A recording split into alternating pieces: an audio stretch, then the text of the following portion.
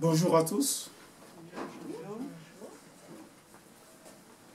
Je voudrais de prime abord remercier la mairie de Bonneuil qui a bien voulu m'associer à cette journée de sensibilisation contre les violences faites aux femmes. Je voudrais aussi saluer M. Olivier Gueléli, c'est ça, qui a facilité cette rencontre et qui nous accueille au sein de ce centre qui œuvre pour la ville de Bonneuil. Vous tous qui êtes là, je veux aussi vous dire merci d'être venus parce que ce thème nous intéresse, malgré le temps aussi pas vraiment clément. Mais votre présence déjà témoigne l'intérêt que vous accordez à ce thème. Et cette journée internationale qui s'inscrit également dans ce Grenelle de violence conjugale nous interpelle tous.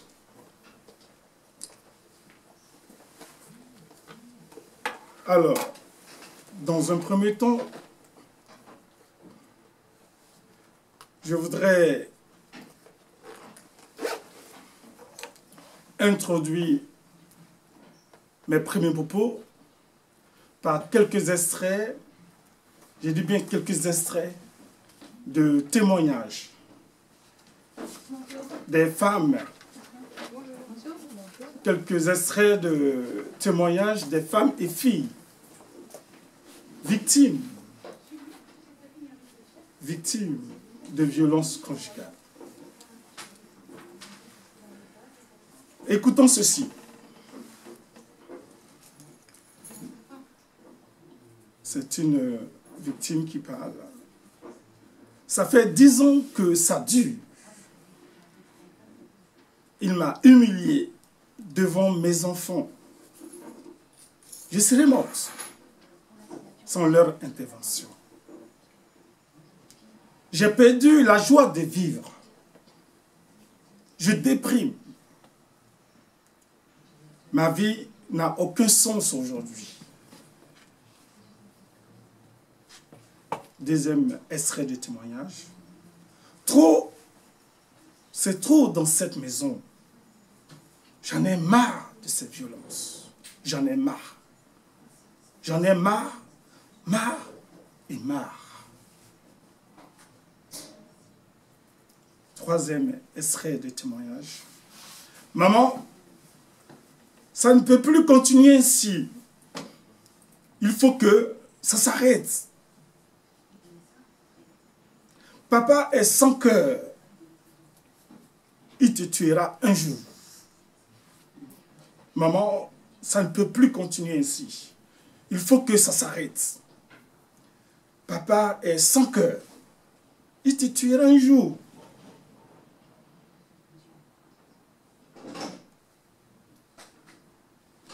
Quatrième témoignage serait: Papa, je ne supporte plus cette violence contre maman. Ça doit cesser maintenant ou je me suicide. Papa, je ne supporte plus cette violence contre maman. Ça doit cesser maintenant ou je me suicide.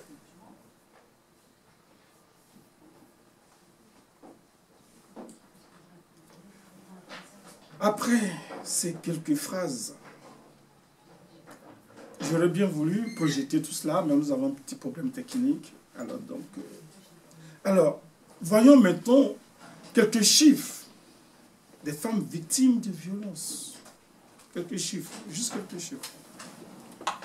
2019, 146 femmes ont été tuées.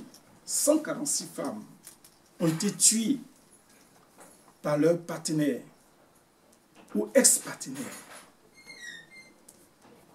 27 hommes ont été tués par leur partenaire ou ex-partenaire. 25 enfants mineurs sont décédés, tués par un de leurs parents dans un contexte de violence au sein du couple. 84% des morts au sein du couple sont des femmes. 84 des morts au sein du couple sont des femmes. Et ces chiffres sont de la source de l'étude nationale sur les morts violentes au sein du couple, année 2019, ministère de l'Intérieur, délégation aux victimes. Ça, c'est 2019. Vous voyez? 2020, l'année du confinement, Covid-19. 106 homicides conjugaux ont été perpétrés.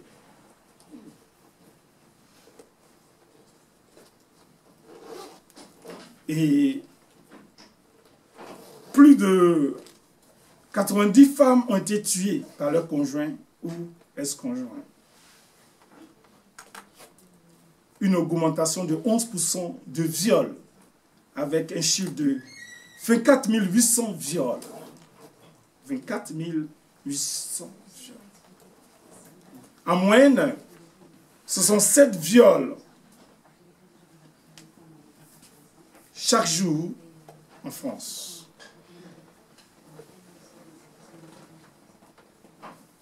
Plus de 4000 interventions, police et gendarmerie. 4000, et autant pour moi, 400 000, retenez bien ce chiffre. Interventions, police et gendarmerie pour des viols extra-familiales. Une hausse des viols et violences intrafamiliales en 2020. Voyons les chiffres 2021. 111 femmes victimes de féminicide depuis le 1er janvier. 111 femmes victimes de féminicide depuis le 1er janvier. On peut relativiser, hein, vous savez, il y a des publications qui sont par moments biaisées où on essaie de masquer certaines choses pour ne pas tenir l'image aussi de... Vous comprenez, c'est aussi la politique. Mais on essaie quand même d'avoir quelques chiffres qui pourraient correspondre à la réalité. Donc 111 femmes victimes de féminicide depuis le 1er janvier 2001. Et Près de... c'est arrêté à quelle date Bon, ça continue depuis le 1er janvier jusqu'au mois de novembre. Oui, et il nous reste encore un mois pour terminer. Oui, oui. Peut-être qu'on ne souhaite pas. Voilà. Donc, nous ne voulons pas être dans la continuation, dans ce continuum de féminicide. Donc, près de 220 000 femmes déclarent chaque année subir des violences. Ben, moi, je vous pose une question. Que vous inspire tout ce que nous venons d'écouter? La parole est à vous.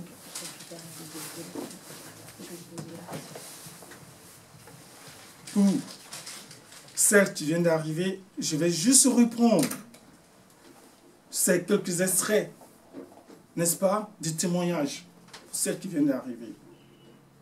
Ça fait 10 ans que ça dure. Il m'a humilié devant mes enfants. Je serais morte sans leur intervention. J'ai perdu la joie de vivre. Je déprime. Ma vie n'a aucun sens aujourd'hui. Témoignage d'une victime. Deuxième victime. Trop, c'est trop dans cette maison. J'en ai marre de cette violence. J'en ai marre. Marre et marre. Troisième. Maman, ça ne peut plus continuer ainsi. Il faut que ça s'arrête. Papa est sans cœur. Il te tuera un jour. Quatrième. Papa, je ne supporte plus cette violence contre maman. Ça doit cesser maintenant ou je me suicide. Voilà. C'est quelques extraits. Et voici des chiffres que nous venons de voir. Qu'est-ce que tout cela vous inspire? À vous la parole. Vous pouvez intervenir. Je pense que ça enlève les mots, ces chiffres. Oui, c'est exactement ce que j'ai dit. On est vraiment sur quelque chose d'ahurissant parce que c'est énorme. C'est énorme, c'est énorme. Et en même temps, c'est énorme, mais on le sait, quelque part. Je pense que tout le monde est un peu On le sait dans quel sens? Parce que ça fait partie des choses qui sont véhiculées, qui se discutent, qui se parlent. Mais les mettre au grand jour de façon ciblée, des chiffres, ces témoignages, les rendre visibles, c'est important. C'est important de rendre visibles ces chiffres. Et encore, peut-être qu'il y a des féminicides qui ne sont pas déclarés ou publiés. Oui, c'est ça. Je pense que c'est important de rendre visibles ces chiffres pour tous ceux qui ne le sont, enfin tous ces chiffres qui ne le sont pas et qu'on ne connaît pas. Et ceux qui vivent voilà, un quotidien. Et donc, voici la réalité de certaines familles et de certaines, précisément, femmes. On ne parle pas encore de blessures, juste des morts et des morts. Alors, on peut s'interroger, comment peut-on passer de l'amour à la colère, à la haine, jusqu'à la mort? Comment? J'ai trouvé un partenaire. J'ai trouvé une partenaire. J'ai trouvé un conjoint. J'ai trouvé une conjointe. Mais l'amour, grand amour, l'amour, est-ce la guerre? La violence? L'amour. Qu'est-ce que l'amour?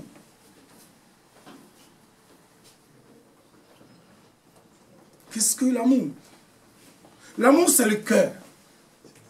L'amour, c'est ce qui vient de moi. L'amour, c'est ce que je rends. N'est-ce pas? L'amour, c'est le partage.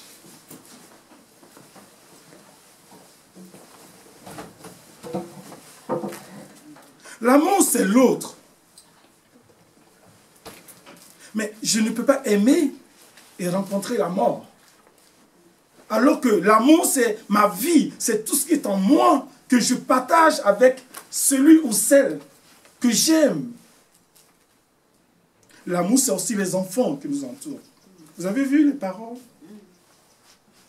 Vous, les parents, vous arrêtez, sinon moi, je me suicide. Est-ce qu'il y a encore une vie dans cette maison? On peut parler encore d'amour, on peut parler encore de famille.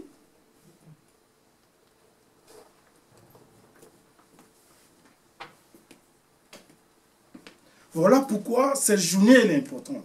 Et pour moi, une seule journée dans toute l'année, c'est insuffisant. C'est insuffisant pour faire passer le message. Parce que le thème qui m'a été proposé, c'est quoi? Violence faite aux femmes, 2 points, prise de conscience. C'est le thème que nous avons arrêté avec Madame Mathilde Marot. Violence faite aux femmes, prise de conscience. Le pire, et le premier point, ce n'est qu'une introduction, ça. Passer de l'amour à la mort, peut-on encore parler de vie? il n'y a plus d'amour. Il n'y a plus d'amour. Il n'y a que des ennemis. Des ennemis, elle dit. Des ennemis, elle dit. Et alors, on peut se poser une question. Et une seule question. Et cette question nous amène ou crée la transition de cet amour à la mort. D'où vient la violence? L'ignorance. D'où vient la violence? De l'ignorance. De l'ignorance, elle a dit. Waouh, j'aime ça. On va voir pourquoi de l'ignorance. On trouvera, on va rencontrer ce mot un peu plus loin. Qui d'autre? L'inconscience. L'égoïsme. Inconscience. L'inconscient.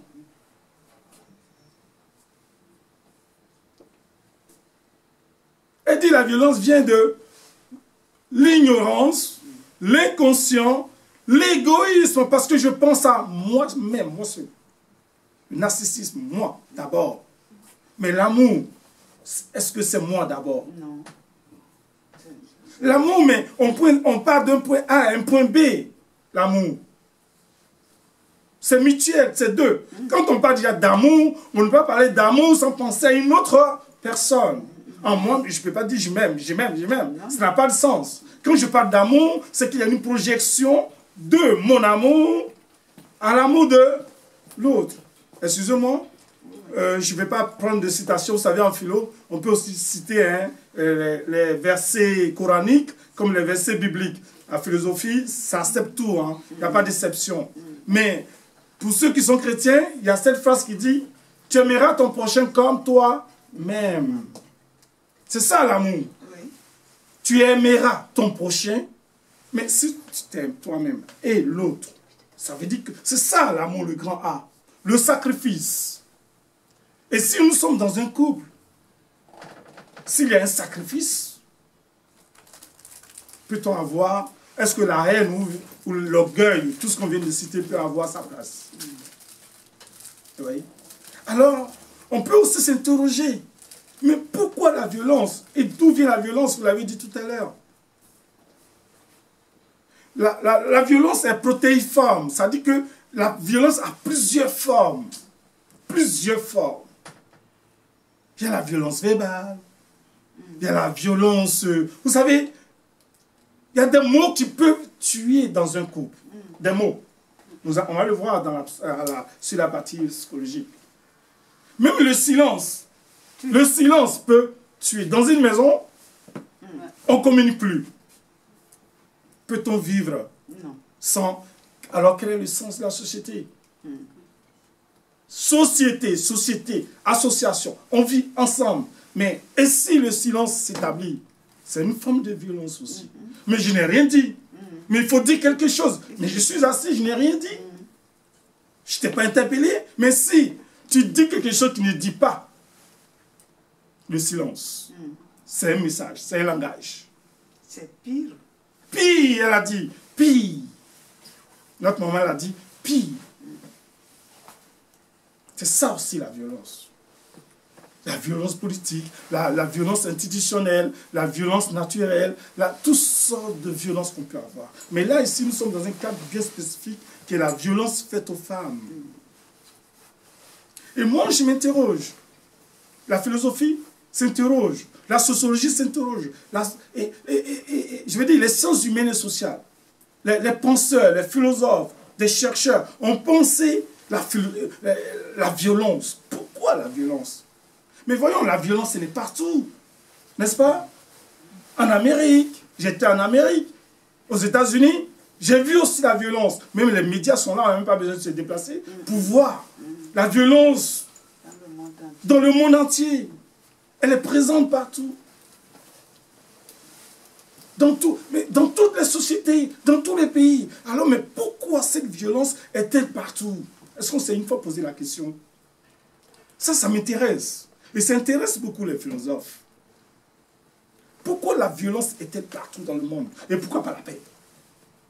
C'est trop facile d'aimer, de donner ce qu'on a, que de faire la guerre. N'est-ce pas? Mais quand on interroge, les philosophes disent que ça nous intéresse. Et il y a des philosophes qui ont réfléchi sur la violence. En d'autres termes, si la violence est partout, c'est qu'il y a un problème. Alors, nous, on doit s'intéresser sur la nature de la violence. La nature de la violence. Vous savez, on ne peut pas éradiquer un problème, trouver une solution, si on n'a pas la source de la chose, la nature de la chose. On parlera de oui, il faut arrêter la violence faite aux femmes, ok, la télé, tout le monde en parle, ok. Mais quelle est la source du problème? Ça vient d'où? La violence elle-même n'est pas violence. La violence est violence parce qu'il y a quelqu'un qui exerce la violence sur l'autre. Alors, il y a une nature, il y a une source, toute chose a un début. Et à partir du moment où il y a une pathologie qu'on cherche à éradiquer ou à apporter les solutions à la maladie, il faut aller à la source. Alors, il faut diagnostiquer, il faut mener toutes les études possibles, les examens possibles. À partir de ce moment, on peut identifier la chose pour dire, ok, on a trouvé une solution. Alors, on peut essayer maintenant les médicaments qui vont avec, le traitement qui va avec. Mais à partir du moment où vous dites que, bon, ben ouais, je pense que c'est telle maladie, on commence à administrer les médicaments et tout, est-ce que nous ne sommes pas en train de tuer encore le malade, le patient? C'est ça, et c'est ce qu'il faut faire au niveau de la violence. Il faut aller à la source et chercher. C'est en ce sens que nous allons nous interroger sur la nature de la violence. Et les philosophes disent quoi? Prenons d'abord Aristote. Autant pour moi, Rousseau. Rousseau, dans sa thèse, il dit que l'homme, à l'état nature, c'est-à-dire avant la civilisation, l'homme, et il parle de, c'est une métaphore, hein, que l'homme est bon. Autrement dit, depuis sa naissance dans son lieu, où c'est un monde à l'état nature, c'est un lieu où il n'y a pas de guerre, il n'y a pas de... Tout est bon.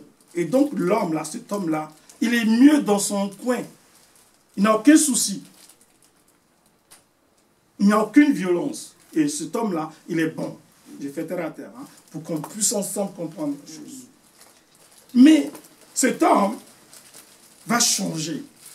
Il va devenir violent lorsqu'il va rencontrer la société. La société, c'est quoi?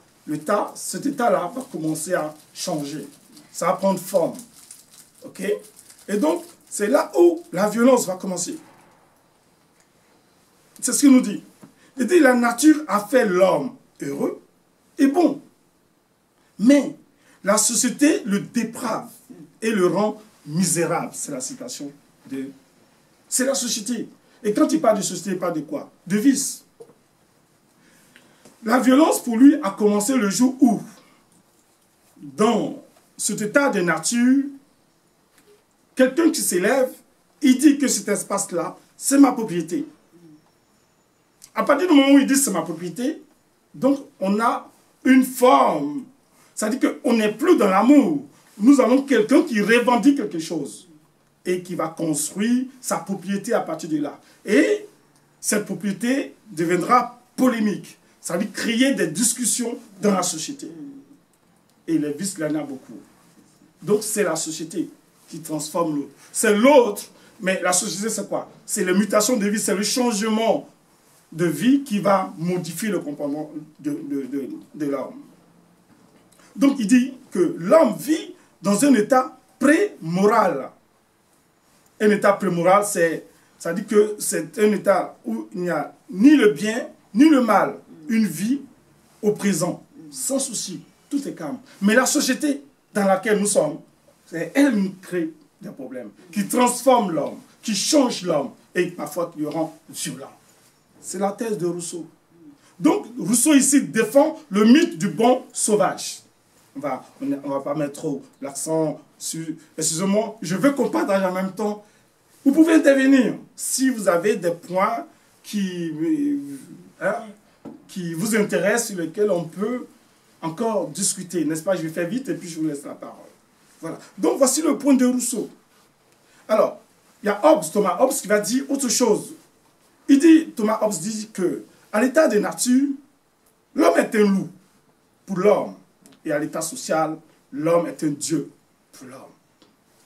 Donc il dit le contraire de ce que dit Rousseau.